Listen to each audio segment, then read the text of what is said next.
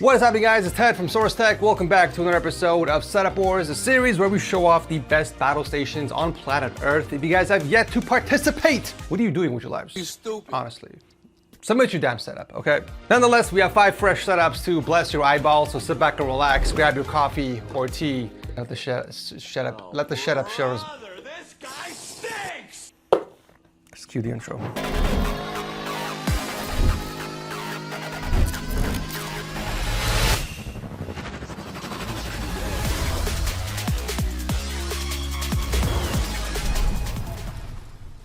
I just turned 38 years old, and I spent the full day with the family at a restaurant. The drinks were pouring, the vibes were immaculate, and my wife surprised me with the greatest gift any man can receive. A CD key from VIPOCDkey.com. Like a good partner, she understood the importance of saving money.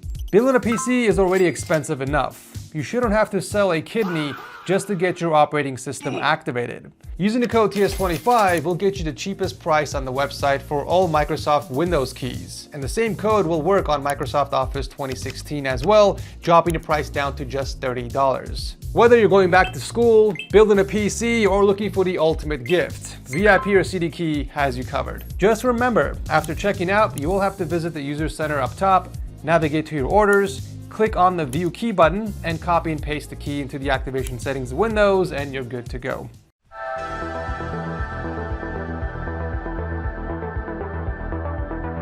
Kicking out the show, we got Gabriel, a 16-year-old high school student up in Canada, and I love opening up with this one because he literally credits my old $500 budget build video as the thing that got him into PCs. He saved up, built his first rig a couple years ago with a Ryzen 5 and a 3060, gave that machine to his friend once he was ready to level up, and then completely transformed his room around the new build. My guy was so dedicated that he even included his cat in the 3D render. Great to hear the channel was of great inspiration, Gabriel. The vibe in here is clean, all white with an anime-inspired edge to it. He's running Art 3D wall panels on the back wall that give the space a textured look, and a Govee glide wall light to illuminate the space around it. The desk itself is an IKEA Lack Captain on Mickey drawers, which is the classic combo we've seen from time and time again on the show, but honestly, it still works, especially when you keep things this tidy. For monitors, he's got dual 27-inch displays, spaced out on articulating arms, a Curie at 170Hz as the main, and an Asus with 165Hz as the secondary. So he's covered, whether he's grinding Valorant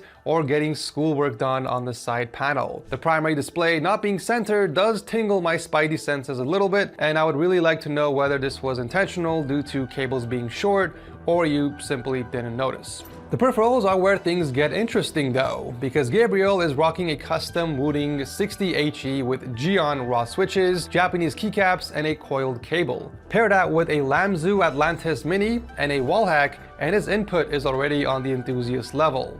But when you pair all of that with the Truth Here Zero IEMs, he's already ahead of most adults we see on the show. The PC is the centerpiece, and it's sitting pretty in an NZXT H9 Flow with a Ryzen 7 7800X 3D paired with an RTX 4070 Ti Super. Everything is white on white, right down to the cable extensions. Talking about the cables, cable management looks solid from what I can see. The desk surface and most of the wires underneath the desks are covered, so you don't see them from eye level.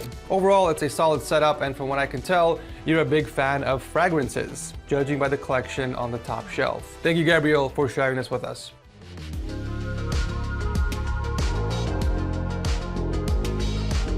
All right, up next is Kareem, a 40-year-old executive out in New York City, and right away, you'll need to understand something about this setup. In Manhattan, space is basically a luxury you can't afford, which means dedicating an entire room to a battle station just isn't realistic. So Kareem had to engineer a setup that's both a serious productivity cockpit for his Mac and a legit gaming station on his PC, while also looking elegant enough to blend in with the rest of the living space. And honestly, he absolutely nailed it. For the foundation, we have a FlexiSpot 55-inch standing desk, and I want you guys to appreciate just how much is packed into this small footprint. He's running a quad monitor layout. We got a 24-inch LG in portrait on the left for work, a 27-inch LG Ultra Gear 144 Hz in the center for gaming, a 27-inch LG 4K on the right, and then a 50-inch Vizio TV mounted above it all. Both the Mac and the gaming PCs are mounted underneath the desk to save space, and the center monitor can actually switch between the two machines using an HDMI 8K switch that's tucked right behind the display within arm's reach. So he can basically be on a work call on the Mac across 3 screens. He can flip the center over to the PC for a quick gaming session and never even leave his chair. That's the kind of workflow that sounds complicated on paper, but clearly works beautifully in practice. Moving on to peripherals, we got a custom Keychron K8 keyboard with silent switches, XDA keycaps, and a custom cable, all designed to be whisper quiet for calls, which is also a smart move when your setup lives in the middle of your apartment. The mouse is a Razer Naga V2 Hyperspeed, and while that's an MMO mouse, Kareem doesn't even game with it. He uses all those extra buttons purely for productivity shortcuts. It's basically like another Stream Deck strapped to your hand. And speaking of Stream Decks, he's running 2 on the desk, one for the Mac, one for the PC, plus 2 Elgato pedals on the floor for things like muting his mic or adjusting audio levels hands-free. The audio situation is where the setup gets really interesting because Kareem is running a Go XLR as his mixer, which lets him manage audio levels across the Mac, PC, and Apple TV all from one place. He can flip between his headphones and the speaker system using the Stream Deck or the floor pedals. And here's my favorite detail. He mounted a car auxiliary jack underneath the desk so he can hot swap wired headphones without ever reaching behind the mixer. The speakers are the Kanto YU4s, and he's got them sitting horizontally underneath the center monitor on translucent shock-absorbent feet, which is a setup I haven't seen before. Those feet actually has multi-purpose. Not only do they dampen the vibration, but they also hide the Stream Deck cables running underneath and actually let light through to create a subtle glow. Really clever. Now, if we zoom out a little bit, we notice some more details around the setup, like the pegboards. While pegboards are very common, Kareem turned this one into a full-on charging station. He's powering a MacBook, an iPad Pro, 2 headphones, and a bunch of other gear, all off of one pegboard, with the chargers and the cables threaded through the dremeled out holes so everything stays hidden. Let me tell you guys, cable management on a standing desk this loaded is a nightmare. And Kareem clearly knows that because he went all in. Cable spine on the wall, raceways near the floor, zip ties, white sleeves, a single long power strip underneath the desk with power coming up through a sleek socket. He even mounted cables to the backs of the monitors to minimize what has to route through the arm back to the desk. You know, for a setup that needs to look clean from the couch across the room, this is exactly the level of effort you need, and he absolutely pulled it off. The PC powering the setup is an SFF build with no flashy RGB, running a Ryzen 9 5900X and RTX 3080 Ti.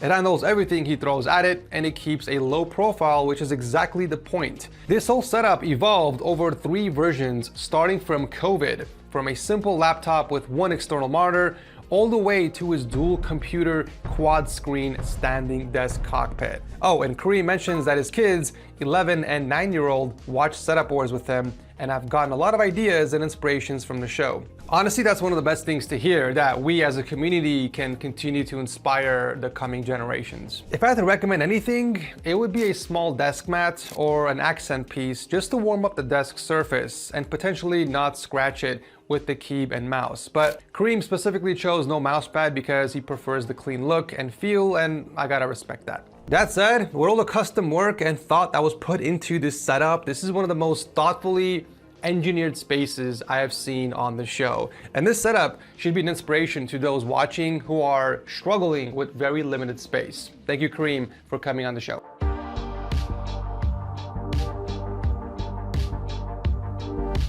Setup number 3 belongs to Kenneth from Nebraska, and if you've been watching the show long enough, you'll remember him from all the way back in episode 298. Let me tell you, a lot has changed. He's a 31-year-old aerospace engine mechanic, so the man literally works on jet engines for a living, and I would expect his setup to reflect that same attention to detail. Before we even get into the specs, I can't help but notice all those Flash Funko Pops and the Shazam figurines. I guess the colors red and yellow and lightning really are a core part of his personality. The only thing missing is a little four-wheeler we all know and love. So the desk is an L shape with an Allen and Roth Acacia butcher block as the main surface, which gives the foundation this warm, natural wood tone that contrasts nicely against all the white tech. He's got that sitting on IKEA Alex drawers in gray turquoise with little metal risers for extra clearance. Monitor-wise, he's running a Samsung 34-inch ultrawide as the primary and an MSI 27-inch in portrait mode. Most peripherals are from Logitech with a Pro X TKL keyboard, a G502X Plus Lightspeed, and Z533 speakers, which he wrapped in white to match the theme. The cable management is looking decent. I mean, it's organized and all the cables are covered and run through cable channels, as we didn't get any photos directly from the back, so I can't really judge it too much.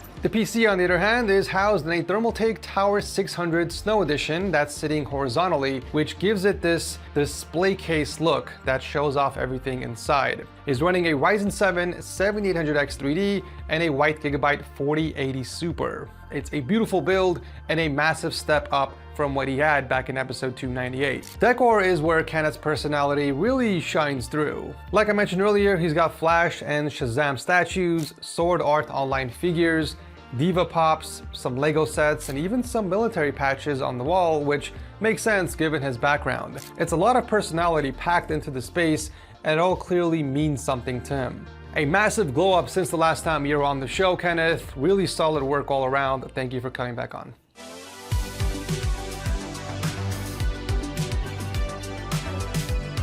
Talk about being blue. This next setup belongs to Ryan, a 25-year-old Amazon driver out in Michigan. And this setup has been a 4-year labor of love, built piece by piece from 2020 to 2024 on a budget that didn't allow for buying everything at once.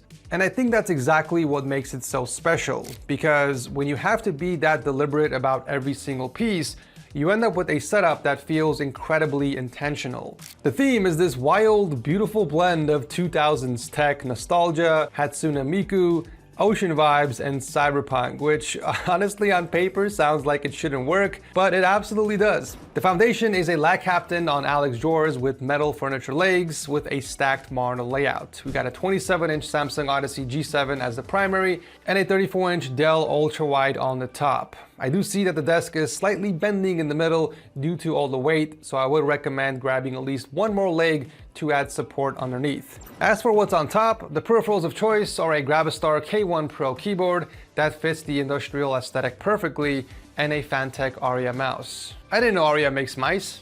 For audio, we do have Razer headphones and a HyperX mic. However, the star here, and honestly one of the coolest things in this entire episode, are the Harman Kardon sound sticks. And these are the original Gen 1 from 1999.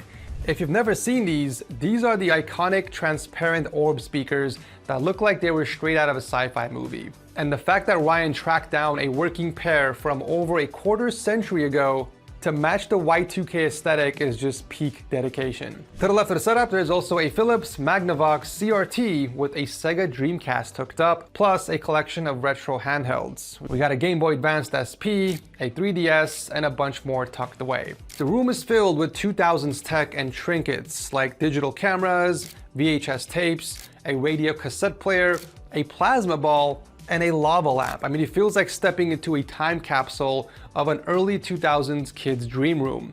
You know, like the older brother vibe we see in memes nowadays, except someone added a modern gaming PC to it. And this PC is a pretty cool looking build inside the Leanly O11 Dynamic Evo, running a Ryzen 5 5600X and RTX 3070 Ti.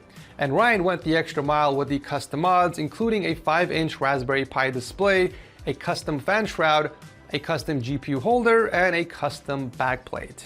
Cable management underneath the desk could use a little love because it does feel like everything was just chucked on top of the rack. So some Velcro ties and proper routing would clean things up nicely, but honestly, with this much character, I'm not gonna be too hard on that. This whole room has been years in the making, and Ryan has carefully been choosing every piece. And honestly, that patience shows. This isn't just a setup that was built in a weekend with a credit card. It's a setup that was built with vision and dedication over 4 years, and that's what makes it so awesome. Thank you, Ryan, for sharing this with us.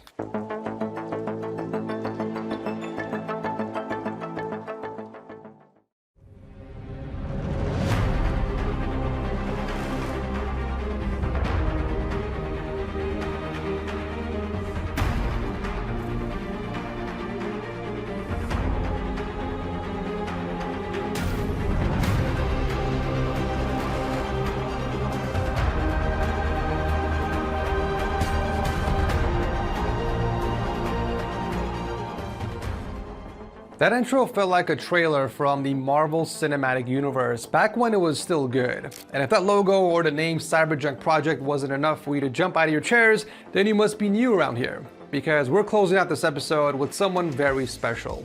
If you've been watching the show for a while, you might remember Yudho from episode 152 and 323, better known as Cyberjunk Project. I called him Thanos last time because this man is always at war with something. And fun fact, his name Yudho literally means wars in Sanskrit. So Setup Wars has always had his name on it. But this submission is different. And as sad as I am to say it, it's his farewell for now. This is Cyberjunk Project 5, which Yudho named Rivendell, inspired by Rivendell from Lord of the Rings, with the V standing for 5. He built it in a space that most people would never even consider, a semi-outdoor laundry room in Jakarta, where rain would sometimes blow in and dust was a constant battle. The first thing he did was seal the open areas using old wooden doors as walls. And from there, he transformed what was essentially a storage area into this insane spaceship-themed cockpit. All of it built from recycled plastic Improboard, styrofoam, and materials left over from his previous builds. The entire decoration budget was under $50. 50 US dollars. That's insane. The desk is an IKEA Linman running triple Samsung curved monitors on an arm, and the PC a Ryzen 7 5700X with an RTX 3060 Ti and a Thermaltake Core P1, which is well mounted underneath the desk to save space and keep the dust out. Because it's an open frame case in a semi-outdoor room, he cleans it every week or two, which honestly is dedication. To start the PC, you press a custom power button mounted in the center of the desk that also has USB and audio ports. So it really does feel like you're igniting the engine of a spaceship. Cable management is honestly a non-issue here because the entire room is the cable management. I mean, everything was engineered into the walls and structure he built from scratch. There are tons of Easter eggs hidden everywhere. Text written in Braille, a self-destruct countdown set to January 1st, 2025, which is the date he knew he'd have to tear it all down. And that's the part of the story that really hits. Yudho is a non-permanent employee supporting a wife and daughter, living in a rented house that was sold out from under him. He knew for months that he'd have to move out and demolish everything, but he built this setup anyway, waking up at 5 in the morning to work on it before his job, continuing after getting home at 7 or 8 at night, and finishing the whole thing in under 3 months. He built it not because it was practical, but because he made a promise to himself to complete the 5th and final Cyberjunk project. So on December 31st, 2024, he moved to a new rental, tore it all down, and is now planning to sell his PC and downgrade to a laptop so he can focus on building a career and providing for his family. He's actually been studying through Google certifications, finishing UX design and IT support, all while building this last setup on the side. I'm not going to sit here and recommend upgrades for a setup that doesn't exist anymore, and honestly, it was never about the specs in the first place. This was about a guy who turned a laundry room into a dream, enjoyed it for 2 months, and then let it go because real life comes first. Bam.